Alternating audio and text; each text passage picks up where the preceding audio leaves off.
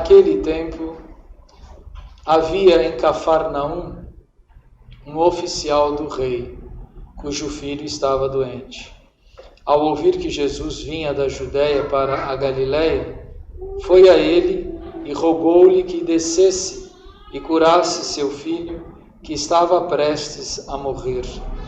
Disse-lhe Jesus: se não virdes milagres e prodígios, não credes.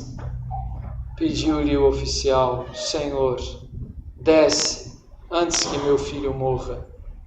Vai, disse-lhe Jesus, o teu filho está passando bem. O homem acreditou na palavra de Jesus e partiu. Enquanto ia descendo, os criados vieram-lhe ao encontro e lhe disseram: teu filho está passando bem. Indagou então deles a hora em que se sentira melhor. Responderam-lhe: ontem, à 7ª, a febre o deixou. Reconheceu o pai ser a mesma hora em que Jesus lhe dissera: teu filho está passando bem. E creu, tanto ele como toda a sua casa. Per Evangelii dicta. Eleantur nostra debita. Em nome do Pai, e do Filho e do Espírito Santo. Amém.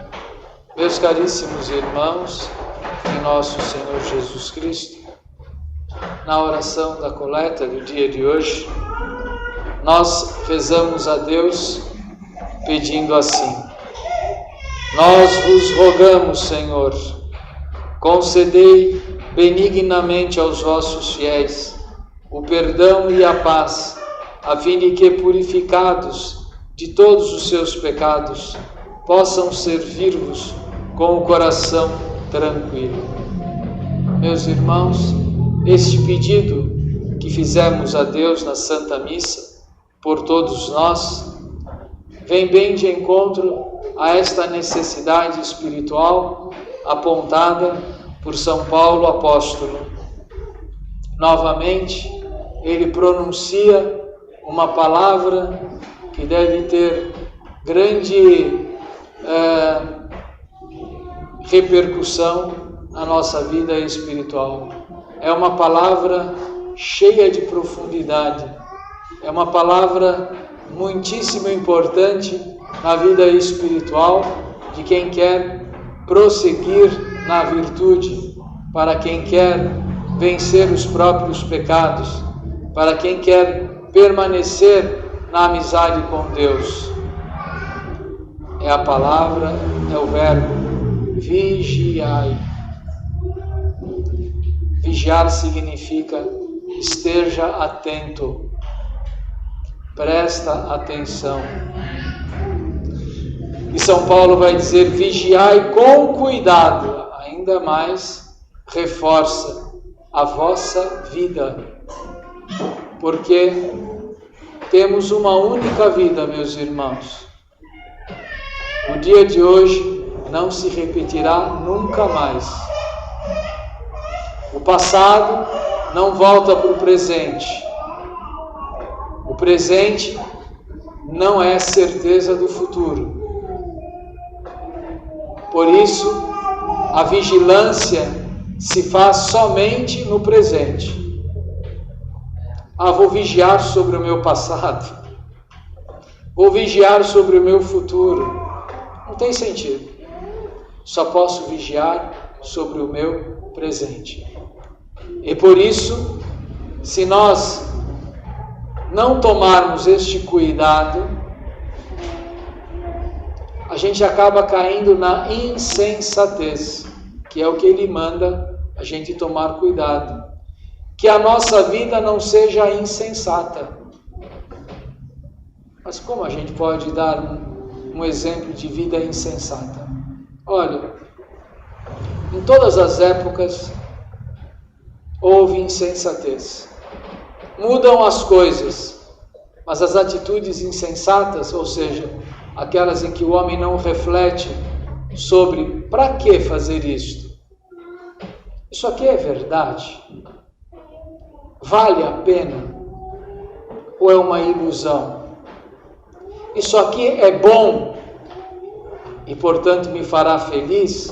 Ou isso aqui é perda de tempo? São perguntas, são questões que estão presentes na vida do homem desde que o homem existe. Então não importa se nós vivemos na época da alta tecnologia, ou se vivemos na Idade Média, ou se vivemos antes, se tivéssemos vivido antes de Cristo, a preocupação do homem é sempre esta. O homem quer conhecer a verdade, quer ser feliz, mas sabe que isso não se consegue, não é? Sem fazer nada, é preciso agir. É preciso, portanto, em primeiro lugar, pensar se o que estamos imaginando, pensando, raciocinando, está de acordo com a verdade ou se é pura ilusão. Se é uma mitologia, uma coisa que não existe. Se é uma lenda, será que a nossa religião é composta de lendas? Seriam as parábolas apenas lendas? Seria a vida de Cristo apenas um romance escrito por algum romancista, algum escritor, algum contador de história? Ou são fatos reais que aconteceram e que influenciam a nossa vida até o dia de hoje? Se é verdade o que Jesus está dizendo, esta verdade permanece intacta e aplicável até os dias de hoje. Os conselhos de São Paulo valeram para os povos dos Efésios como valem para nós. Os Efésios precisavam também ser sensatos e nós também precisamos. E precisamos ser sensatos pensando como sábios, como São Paulo vai dizer, aproveitando o tempo, porque o tempo não se repete. O sábio sabe disso e procura observar o que é que vale a pena. Para o dia de hoje, em relação ao tempo, qual é o tempo de ouro de um domingo? É a missa. Se for outra coisa, você pode ter certeza que você já não é tão católico como você imaginava ser. Ah, mas e os que estão nos acompanhando pela transmissão porque não podem vir? Sim, estão dispensados, mas de lá devem colocar, olha, não posso estar aí presencialmente, mas é onde eu mais queria estar. E estou com o meu espírito lá, estou aqui na minha casa, concentrado em tudo que está acontecendo e quero estar espiritualmente unida a nosso Senhor, unido a nosso Senhor. Aí sim, estamos aproveitando o tempo. Porque das coisas valiosas, nós vamos ter 7 vidas. Morre uma, chega outra. Não é assim. Somos seres humanos irrepetíveis. Assim como há um só Deus, há um só José Henrique. Não se repete. José Henrique, esse que está celebrando aqui a missa, que é sacerdote, que é filho de Lourdes e Anésio, não se repete. E cada um de vocês pode ter charás com o mesmo nome, mas não são as mesmas pessoas. E a nossa vida é só essa. Quanto tempo a mais vou ter de vida, só a Deus pertence saber. Que bom. Melhor só Ele mesmo saber, porque só Ele vai poder fazer bom uso desse conhecimento. É preciso evitar e tomar cuidado com os dias maus. O que São Paulo está querendo dizer? Havia lá alguns dias, era mau tempo, eram dias de muita maldade. Ele está aqui, nós temos de compreender o que significa mal. Se é mal aquele tempo, então hoje a gente tem que perguntar se continuamos em tempos maus ou se já mudou. Não é? Não. Aqui não significa tempo mau o clima, e nem ele está falando de uma situação específica só válida para os efésios. Ele está comparando o nosso tempo aqui na Terra, é um tempo mau, em comparação ao tempo da eternidade, junto de Deus no céu, que é um tempo bom, porque o tempo de hoje acaba, e a eternidade não tem fim. É um tempo sem fim. Tem começo, mas não tem fim. É um tempo mau, no sentido de que nós precisamos vigiar, porque se não vigiarmos podemos ser roubados, ou podemos nos desviar do caminho, ou podemos prestar atenção em outras coisas menos importantes. É mau porque aqui a gente pode variar, e em comparação, em contradição, de modo contrário à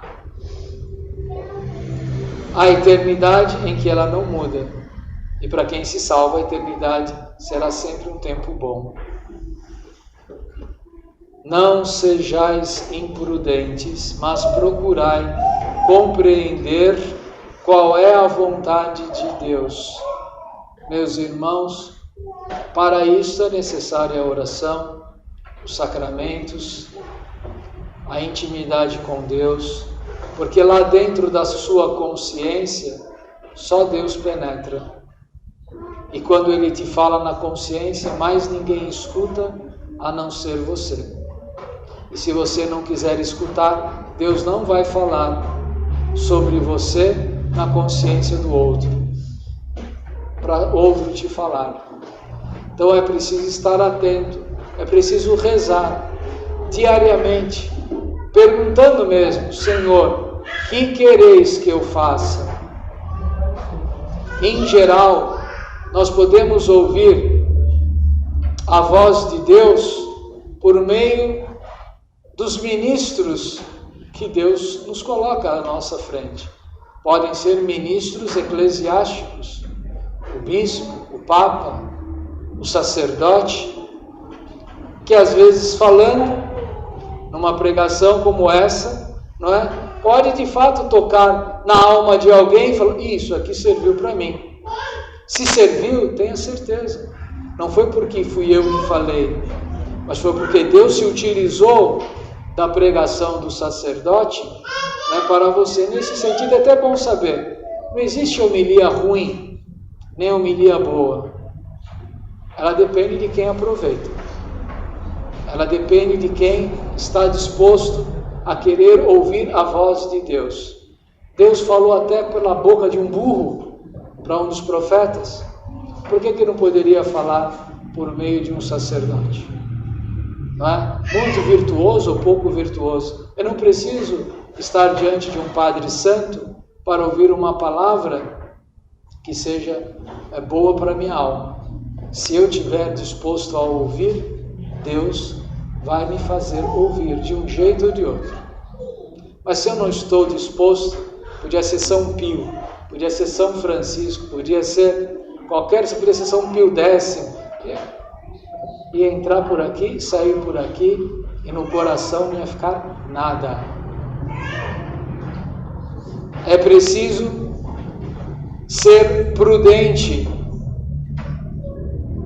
porque o tempo não se repete, e aproveitar bem o tempo é muito importante. Na leitura do Santo Evangelho, Nosso Senhor pôs em prova aquele homem. Qual pai não faria a mesma coisa diante de Jesus, tendo um filho doente? Não é? E Nosso Senhor pergunta logo: Senhor, cura meu filho, ele está para morrer. Como é que está a sua fé?